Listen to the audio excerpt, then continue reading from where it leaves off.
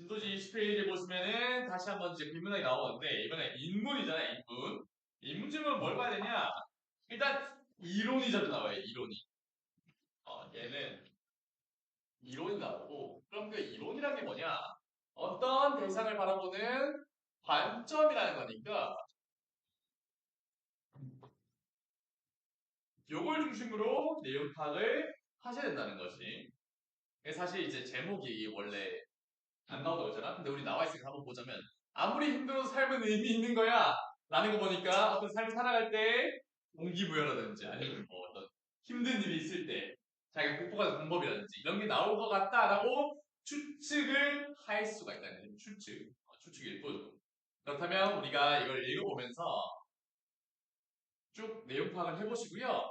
1번 문제만, 그러니까 1번 문제만까지 한번 풀어보십시오. 3분 드리겠습니다.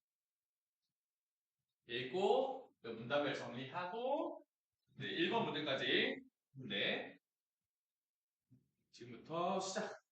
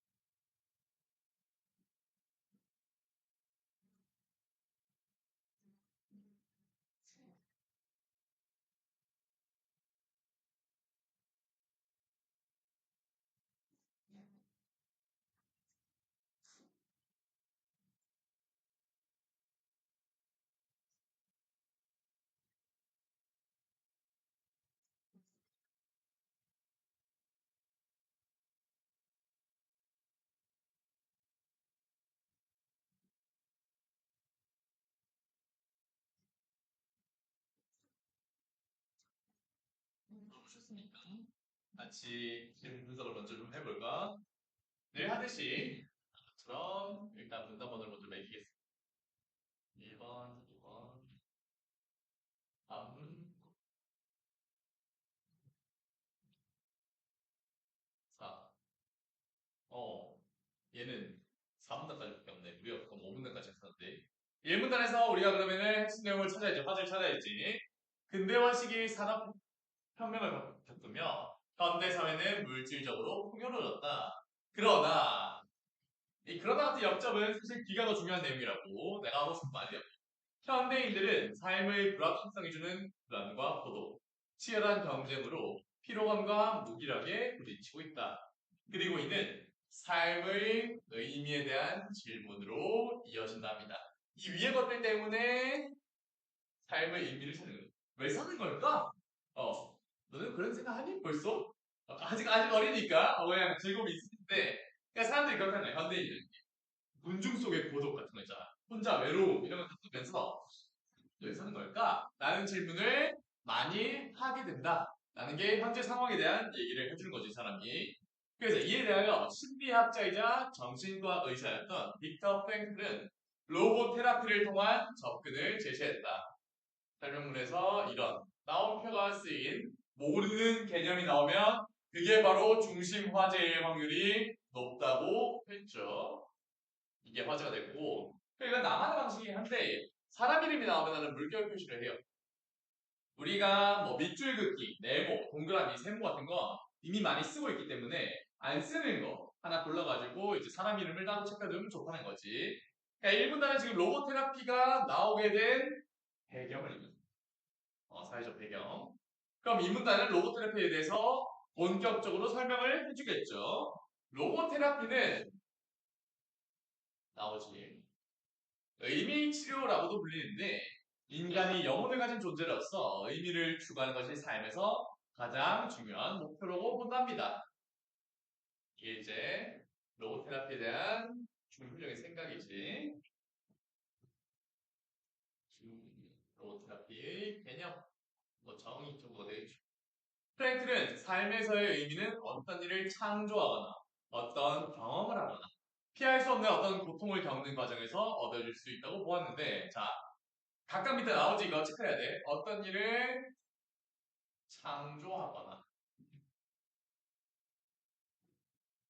어떤 경험을 하거나 2번 피할 수 없는 어떤 고통을 겪는 과정, 이게 3번이에요. 자, 여기서 뭘 얻는데? 삶에서의 의미를 얻을 수 있대. 의미를 얻는 방법 1, 2, 3번인 거야.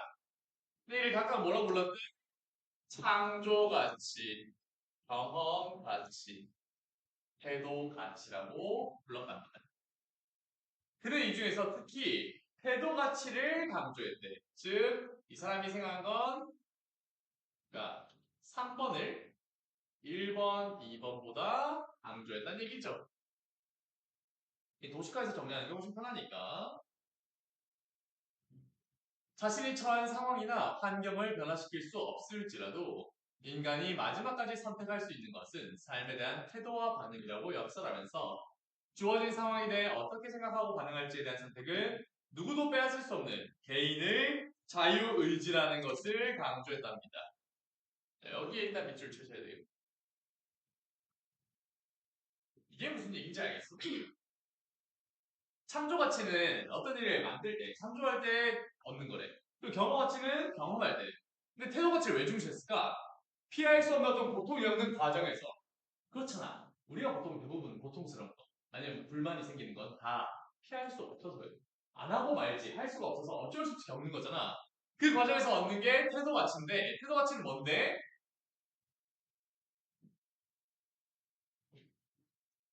이거랑 상황이 주어졌어. 피할 수 없어. 그럼 어떻게 해야 돼? 어떻게 생각하고 반응할지는 누가 정하는 거야?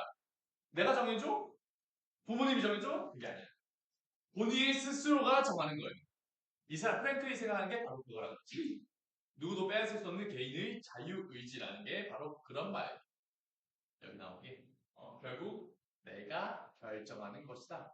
라는 얘기를 하고 싶은 거지. 그럼 자, 이게 이제 프랭클의 로봇 테라피에 관한 얘기고 의미 치료고 이런 관점은 당시 정신의학계의 주된 흐름으로 자리 잡고 있던 프로이트의 정신분석학과 차이가 있다. 그것과 차이가 있다. 이걸 보는 순간 너는 무슨 방법을 떠올려야 돼? 얘 지금 예조를 하겠다는 거구나. 차이점 중심으로 설명을 하겠다는 거구나. 라고 할 수가 있지. 이게 아까 말한 위에서 반전 비교라는 거야. 같은 대상이 나왔지. 근데 A, 로봇 테라피 나왔어. 근데 그것과 차이가 있는 B, 뭐? 프로이트의 정신분석학이라는 게 나오겠구나. 라는 거지. 이 프로이트를 들어가면 굉장히 자주 나옵니다. 인물을 자주 듣고. 너네 그거 들어봤어? 무의식이라는 거? 무의식이라는 처음으로 관심 있게 이제 연구했던 장이 바로 프로이트입니다. 우리 저편에, 정신 저편에는 의식보다 더 훨씬 큰 무의식이 있다는 그런 얘기를 한 거죠. 그럼 정신 분석학은 어떤지 한번 보자. 정신 분석학에서는 무의식적 욕구의 충족, 쾌락의 추구를 강조하였다. 여기 보시죠. 이게 바로 니은의 특징이죠. 그러나 로고테라피에서는 욕구를 충족하기 위한 의미 추구가 아닌 의미 추구 그 자체가 삶의 목표라고 강조한답니다. 즉 의미 추구를 수단이 아니라 목적으로 본 것이다. 자, 이 둘은 어떻게 되고 있어? 차이점이죠. 그러나 뒤에 나왔으니까 대조를 하겠다는 거고. 그러니까 이런 거야. 프로이트 정신분석학은 자기가 이제 인간이 욕구가 있어. 예를 들어서 뭐 저기 배고파서 내가 먹고 싶어. 그럼 먹었어. 그럼 오케이. 인 거야. 먹어서 채워졌으니까.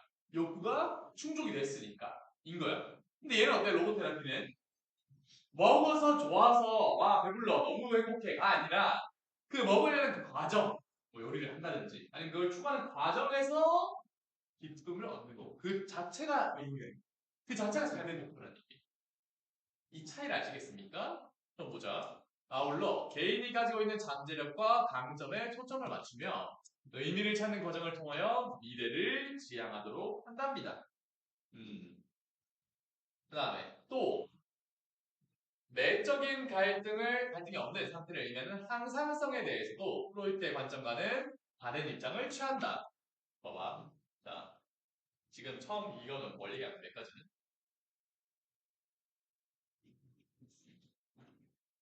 욕구의 충족,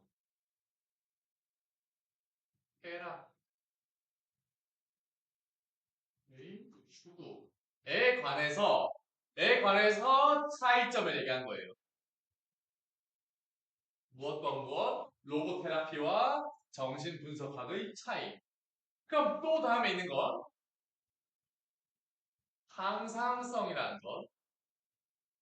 항상성에 대해서 차이점을 얘기를 하겠다는 거지. 여기 여기 다른 입장이다. 다른 차이점을. 그러니까 이런 지표들을 보고 너네가 문단별로 정리를 할 수가 있어요. 내용을. 정신분석학에서는 항상성을 유지하는 것이 바람직하다고 보는 반면 아예 세모로 표시할게. 차이나게. 항상성을 유지하는 것이 바람직하다. 라는 건 뭐가 없는 상태? 내적인 갈등이 없는 상태잖아. 갈등이 없는 게 제일 좋다. 라고 정신분석학에서 보는 거야. 반면 로고테라피에서는 갈등이 반드시 부정적인 것은 아니며 오히려 삶의 어려움을 극복할 수 있도록 하는 힘이 된대요. 이건 되게 뚜렷하게 보이지 차이가.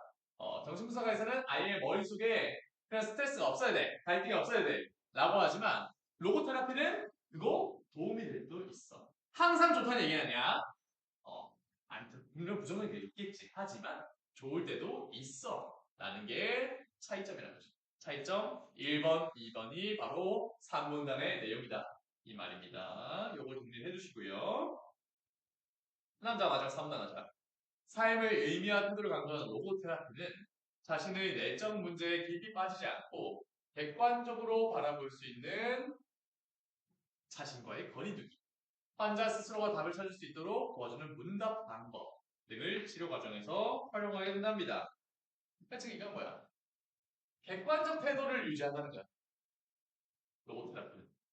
내 문제는 보통 내가 주관적으로 보게 되잖아. 내가 제일 슬퍼, 내가 제일 힘든 상황이 있지. 그런데 로고테라피는 한 발 떠나서 그게 정말 그만큼 힘든 일인가? 대단한 일인가?를 보게 하는 자신과의 거리두기 혹은 문답 방법, 스스로 묻고 대답하는 그 방법을 치료에서 활용하게 된답니다. 로고테라피에서 치료자는 방법을 제시하고 가르치는 교사의 역할보다는 환자가 스스로 의미를 발견할 수 있도록 돕는 모력자의 역할을 한다. 누가? 치료자. 도와준다는. 내가 안 해줘. 너네가 알아서 해봐봐. 다만 내가 도움은 줄게. 라는 거지. 특히 로고테라피는 삶이 주는 고난과 역경에 대해 인정하면서도 긍정적인 믿음을 찾는 낙관주의를 활용하여 불안, 우울, 외상후 스트레스 장애 등 다양한 정신장애의 치료에 유용하게 사용한다. 이 외상후 스트레스 장애가 바로 이 여러분들이 잘 쓰는 이 PTSD죠. 어디에 쓸 수 있냐?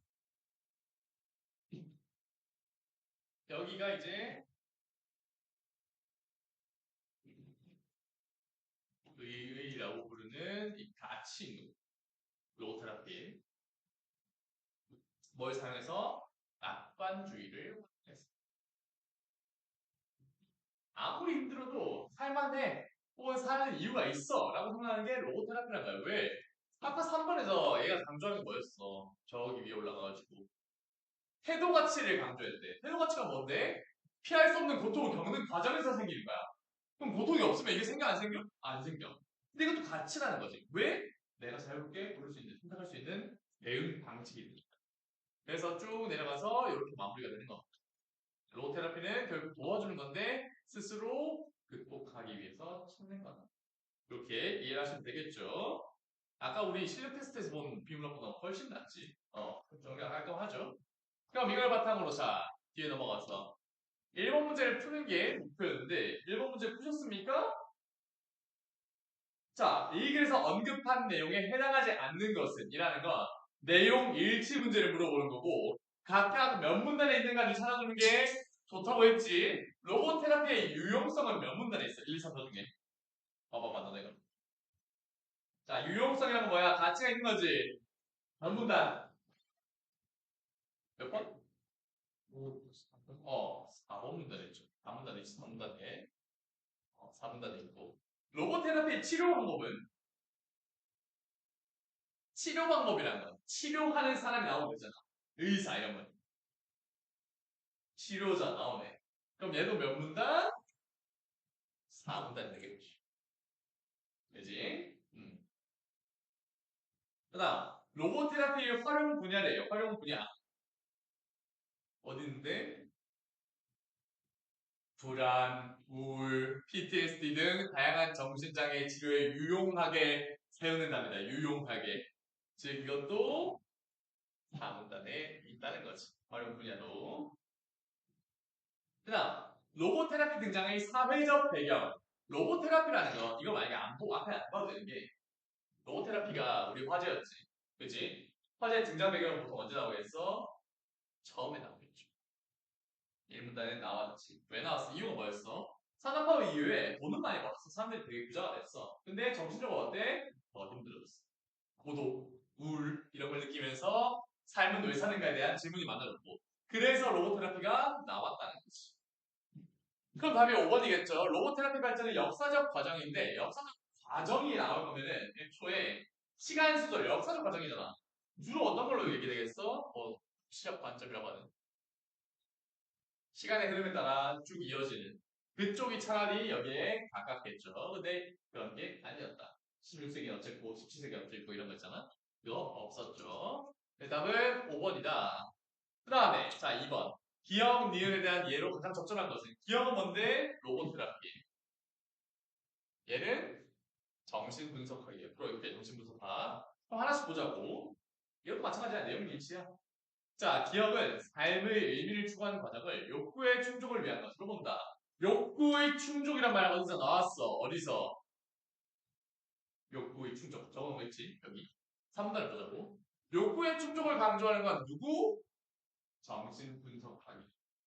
즉, 1번은 기억이 아니라 니은에다. 니은에. 이렇게 하나씩 하면 되겠지. 그럼 자, 1번 답 아니고. 그 다음, 2번. 니은은 욕구가 충족되지 않은 상태가 계속되면 항상성을 유지할 수 있다고 본답니다. 욕구 충족, 항상성. 다 여기서 나왔지. 자, 보자. 욕구가 충족이 안 되면 먹고 싶은데 배고픈데 밥을 못 먹어. 그러면은 갈등이 있는 거야, 없는 거야? 내적으로. 먹고 싶은데 못 먹었어. 그럼 충족이 안 됐지. 그럼 내면에 뭐가 되겠어? 슬프고 화가 나겠죠. 그치? 나 밥 먹고 싶은데 못 먹으니까. 그럼 갈등이 있어, 없어? 있는 거야. 그럼 내면 갈등이 있는 상태를 항상이 없다고 하는 거야. 다시 돌아와서.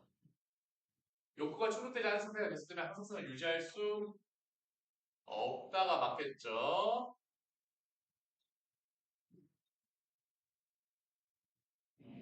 뭔 말인지 이해돼? 그러니까 이런 거야.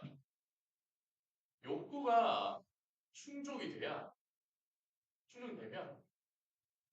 내면의 갈등이 없어진다는 거예요. 이게 항상성이죠. 그러니까 당연히 이거는 없다고 봐야겠죠. 이게 2번의 내용이고 3번 기업과 니은은 모두 쾌락을 추구함으로써 내면의 잠재력이 발현될 수 있다고 본다. 자, 쾌락 추구는 어디라고? 쾌락의 추구 차이점. 쾌락의 추구를 강조했지. 근데 로고 테라피는 의미 추구 그 자체라고. 쾌락 추구가 목표가 아니란 얘기예요. 그러면 수단이 아니라 목적이니까. 기업은 빼줘야 된다. 니은이 모두도 빼자. 니은은 쾌락을 추구함으로써 다 돼야 맞는 거지. 그럼 이제 2번, 3번 모두 적절하지 않은 거고요. 그 다음에 자 4번. 기억은 과거를 통해 현재 문제를 진단하고 니은은 현재 모습을 통해 미래를 지향한답니다. 여기 뭐 특이한 점 있지? 미래를 지향한단 말이 있어. 그 앞에 나왔었지? 어디서 나왔는데? 위에 나와요.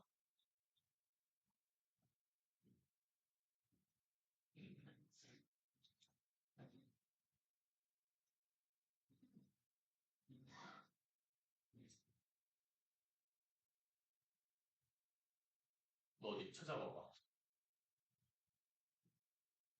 조심히 들어. 개인이 가지고 있는 잠재력과 강점에 초점을 맞추며 의미를 찾는 과정을 통하여 미래를 지향하는데 뭐가? 로고테라피. 로고테라피가 미래 지향이라고요. 근데 얘는 어때? 미래 지향적인 얘기가 안 나와요. 당장의 욕구만 충족되면 되는 거니까. 그러면 이게 아닌 거지. 미래를 지향하는 건 여기다. 그럼 답은 5번이 되겠죠. 개혁은 갈등이 부정적이지 않고 니은은 항상성을 유지하는 것이 바람직하다고 본데 기억은 로고테라피였잖아. 갈등 좋을 수도 있다고 생각했고 니은 정신분석학은 항상성, 갈등이 없는 상태가 좋다라고 생각했으니까 5번이 답이 되겠죠. 1번, 2번 모두 내용 일치 문제였기 때문에 크게 어렵지 않을 거 찾을 때 3번을 보자.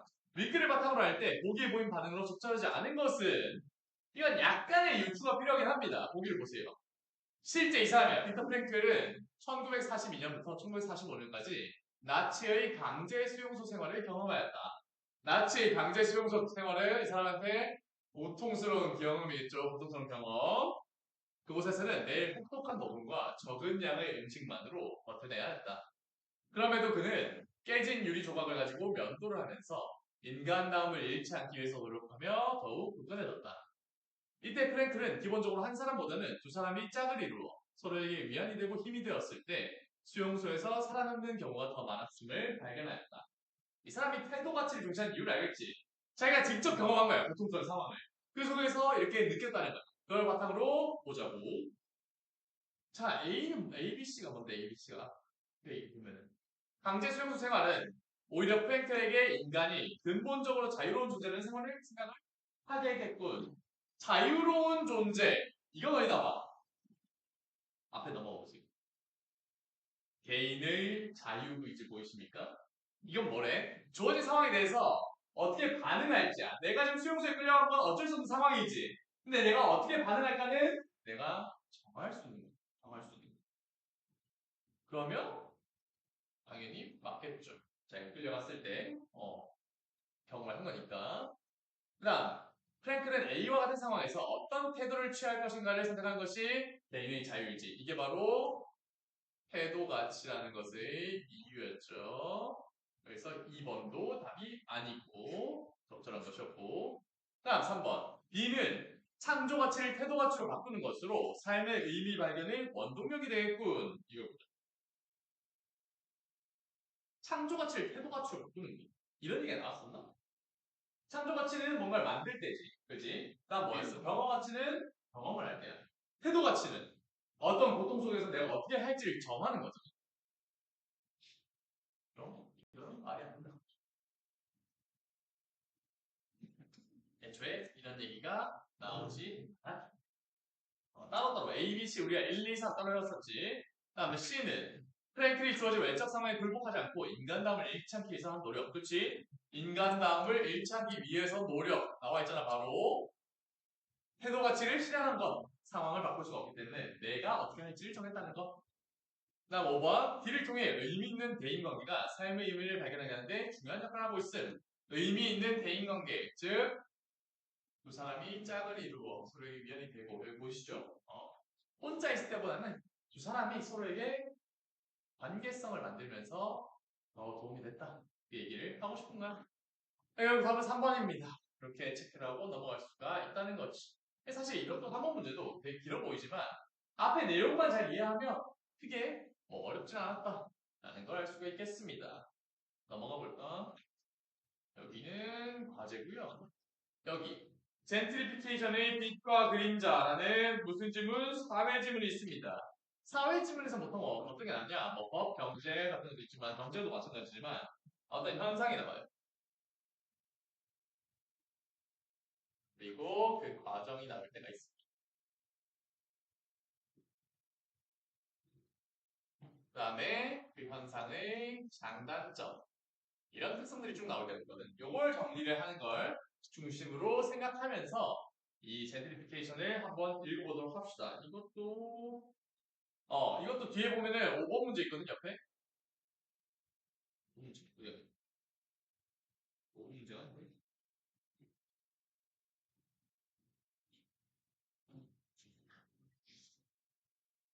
그,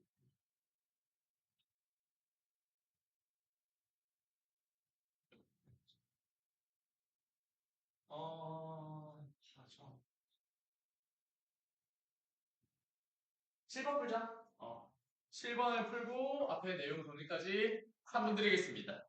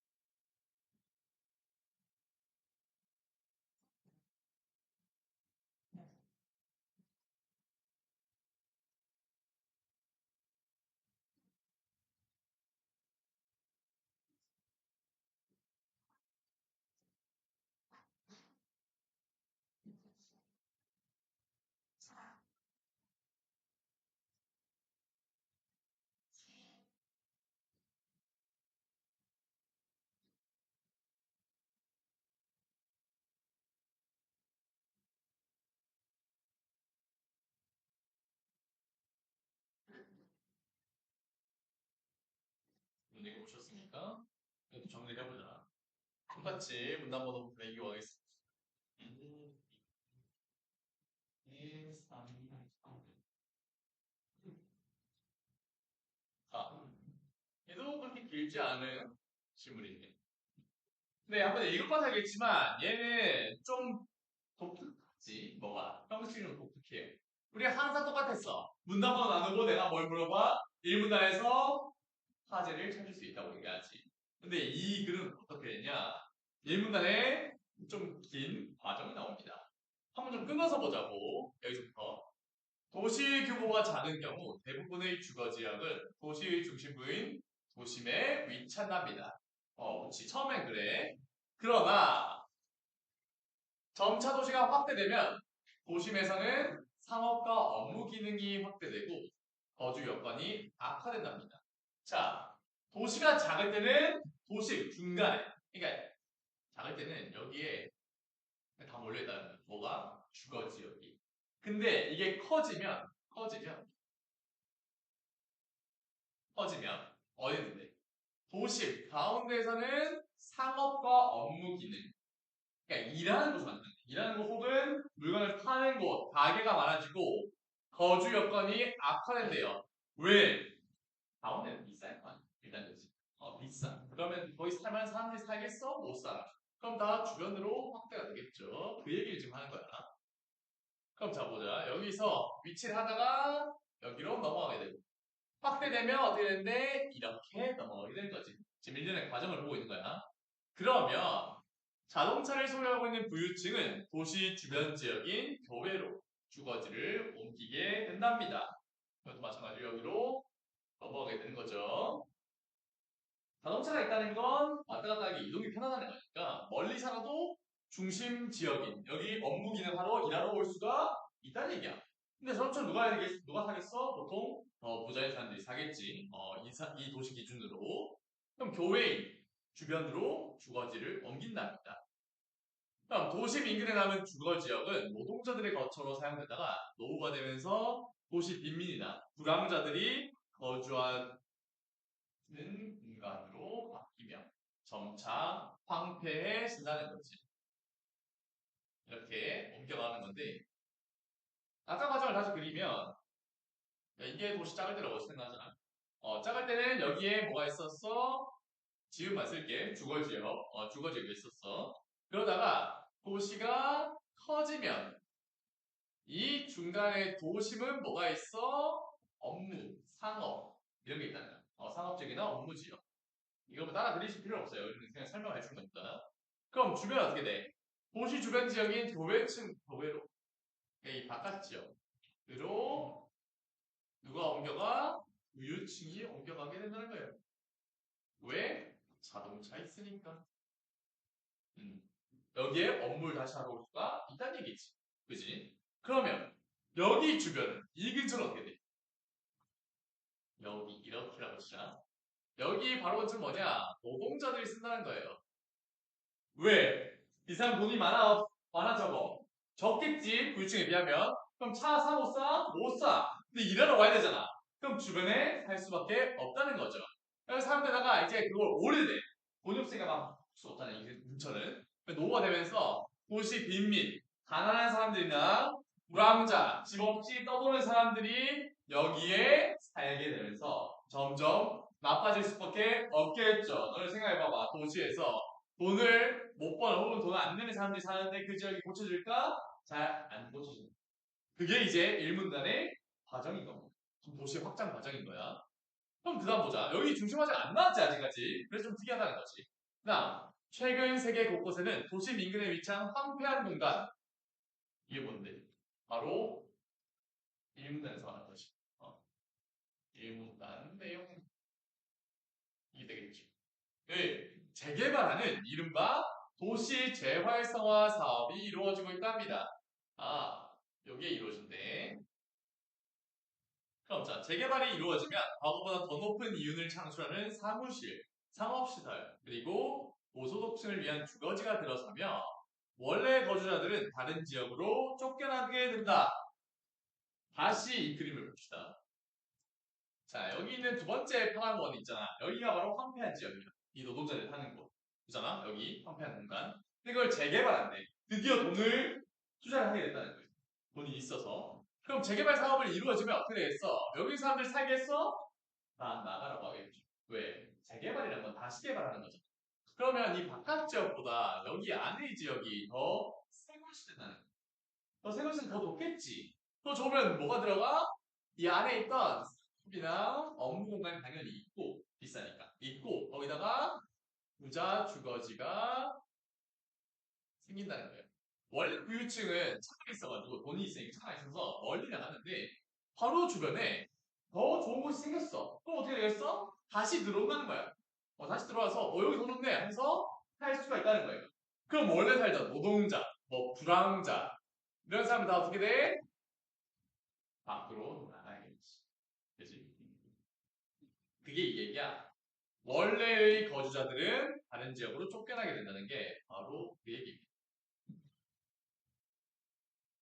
도심 인근 낙후 지역에 고급 상업 및 주거 지역이 새로 형성되고 원래 거주자들이 다른 지역으로 밀려나는 이 같은 현상을 바로 젠트리피케이션이라고 한답니다. 이게 바로 우리 글의 중심 화제고 중심 화제를 이문단에 걸쳐서 이문단 끝에서야 드디어 우리가 이게 뭔데 그래서 그게 바로 젠트리피케이션이야. 그게 뭔데요?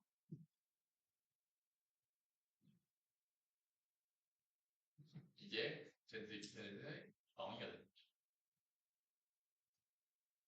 그러면 이까지는 뭐야? 처음부터 1분단의 시작부터 이 가로 중괄호 단치는 이 과정까지는 바로 젠트리피케이션의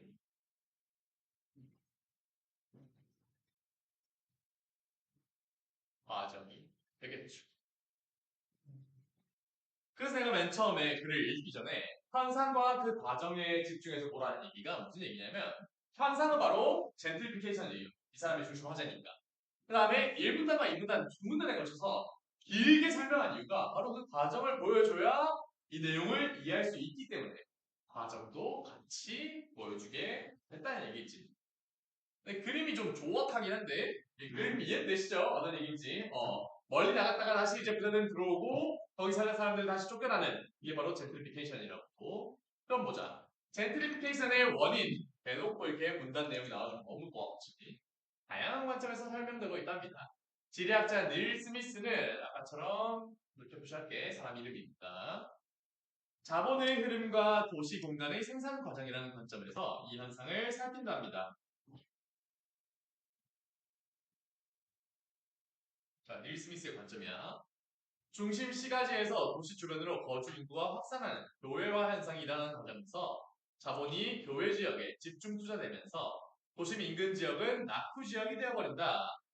이게 무슨 얘기냐? 여기서 본 거야. 돈 많은 사람들이 어디로 나가? 바깥에 빨간 원으로 나가. 여기가 교외 지역이에요. 나가면 이 파란 두 번째 원은 도심 인근이니까 여기가 부자들이 안 살고 낙도 될 수밖에 없다는 거지, 시설이. 그게 바로 닐 스미스의 얘기. 그 다음에 이때 이 낙후 지역의 낮은 땅값에 주목한 개발업자들이 자본가와 결탁해 젠트리피케이션이 이루어진다고 보는 것이다.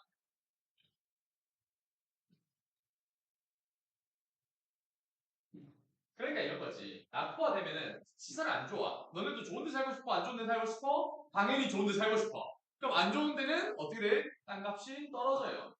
땅값이 싸다는 건 내가 돈이 있을 때 뭔가를 하기가 편한 얘기야. 그래서 이 자본가들이 여기다 뭐 지어야겠다 하고 네, 거기를 짓게 되고 그게 시설이 좋아지면 다시 사람들이 몰려오니까 원래 살던 사람들은 쫓겨나게 되는 젠트리피케이션이 그래서 이루어진다고 생각하는 거죠. 근데 한편 인문지리학자 데이비드 레이는 두 번째. 얘가 이제 1번 관점이라면 2번 관점. 신중간 계층의 등장이래요. 얘는 뭔데? 신중간 계층이란 건 예술가, 교수, 교사 등의 전문가 집단이래. 이들이 도심 인근을 자신들이 거주하는 공간도 탈바꿈하면서 젠트리피케이션이 나타난다는 것이다.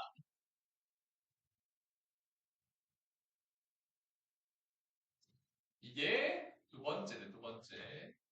신중간 계층에 집중해서 예술가나 교수, 교사 등의 전문가 집단이 살게 되면 원래 살던 원주민들이 쫓겨나게 되는구나 라고 본 게 데이비드 레이의 관점이란 겁니다.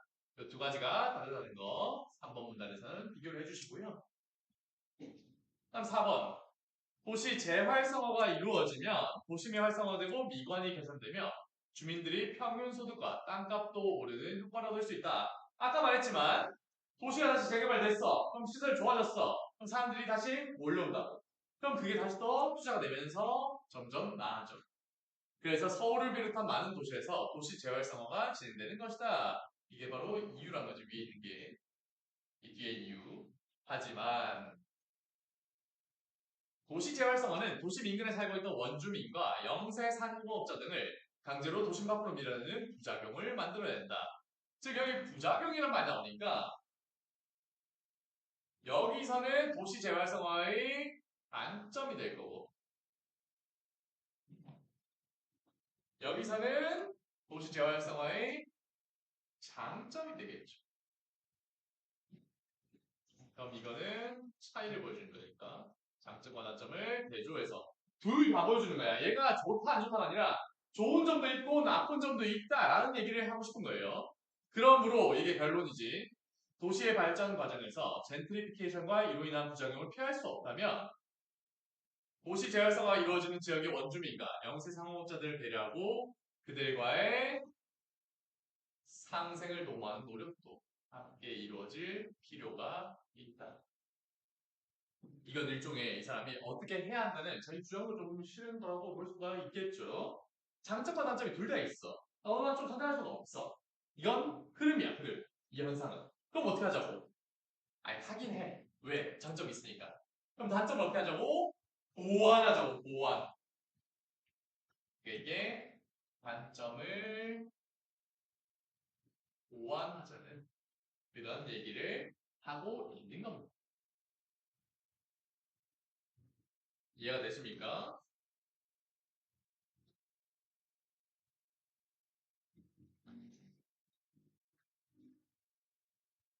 이게 실제로 너네가 가본 모르겠는데 그 젠트리피케이션이 많이 되는 데가 있어요. 뭐 가로수길 이런 거 있잖아. 무슨 길 하는 것들.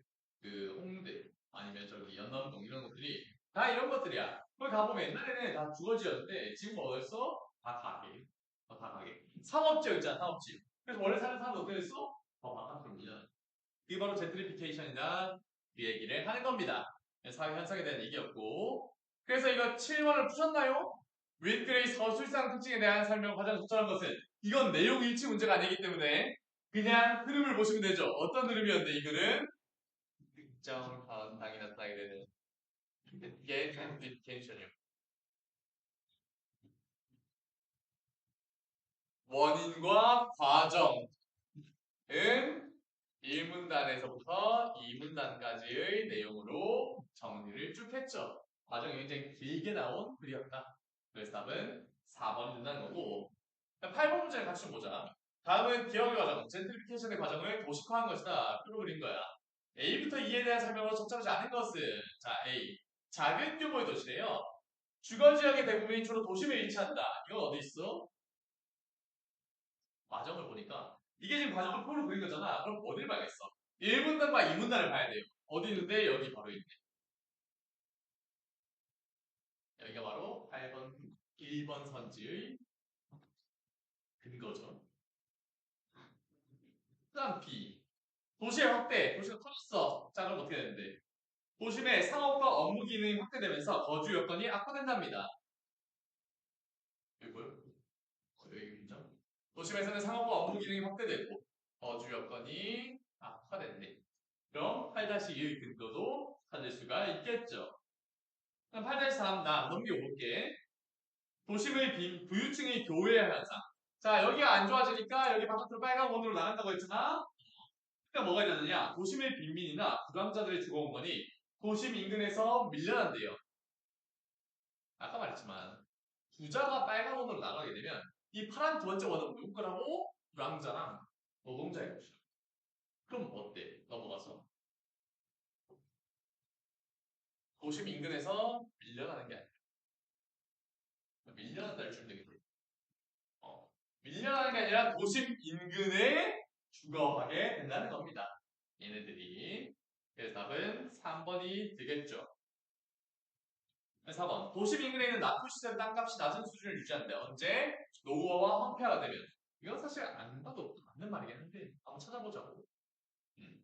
여기 있네. 점차 황폐해진다. 4번 선지의 근거와 여기 있다는 거. 나 마지막 5번. 도시 재활성화. 여기 밑에 있죠. 2번 문단에. 도심 인근의 낙후 지역에 고급 상업 및 주거 지역이 형성된다 합니다. 여기 있네. 이게 젠트리피케이션의 정의였으니 바로 찾을 수가 있다는 거지.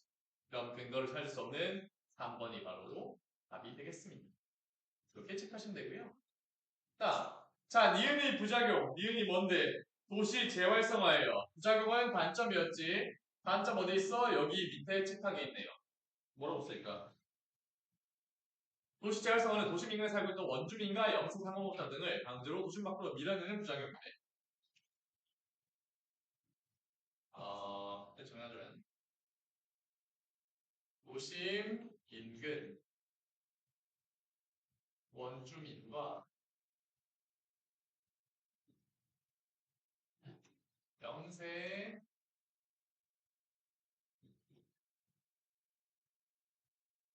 상공업자들을 강제로 밀어내게 된다. 이라는 부작용이 있다고 설명했으니까 이렇게 적으시면 되겠죠. 젠트리피케이션은 실제로 우리 한국에도 많이, 서울에도 많이 나오는 현상이어서, 실제 현상이어서 이렇게 지문으로 나올 때가 꽤 있습니다. 그래서 여기서 보고하면 굉장히 도움이 되겠죠. 또 중간에 있는 거 있잖아. 그 홍대용. 그건 뭐냐? 그건 당연히 과제죠. 과제인데. 다이치 책을 펴보세요. 새로 받은 다이치 책. 놀랍게도 이번에는 다이치 책에 그 과제를, 일단 적어는 둬야지. 적어는 둬야지. 다이치 책 6페이지랑, 6페이지 봐봐, 6페이지. 거기 있어요. 6페이지 봐봐. 거기 보면, 그 부분이 있어. 그래서, 또 있거든요. 이제, 한 페이지에 빈풀을 하는 게 과제야. 이해되지? 그렇지, 그렇지. 한 방에, 다이치 책 모두 한 방에 그냥 다 하실 수 있게 아예 넣어놨습니다. 3분 정도 진행될 거고. 그래서, 뭘 해야 되지? 혹은 다른 질문을 수학에서 다르게 할 필요 없이 거기 있는 걸 그대로 하시면 됩니다. 그리고 당연하게도 클리닉에 오시면 요걸 바로 드리겠죠. 어떤 방식인지 알겠지? 어휘는 너네가 각자 외워보는 건데, 다이치는 이렇게 같이 할 수 있게 되어 있다는 점. 그래서 까먹지 말고 과제를 해오시면 된다는 점입니다.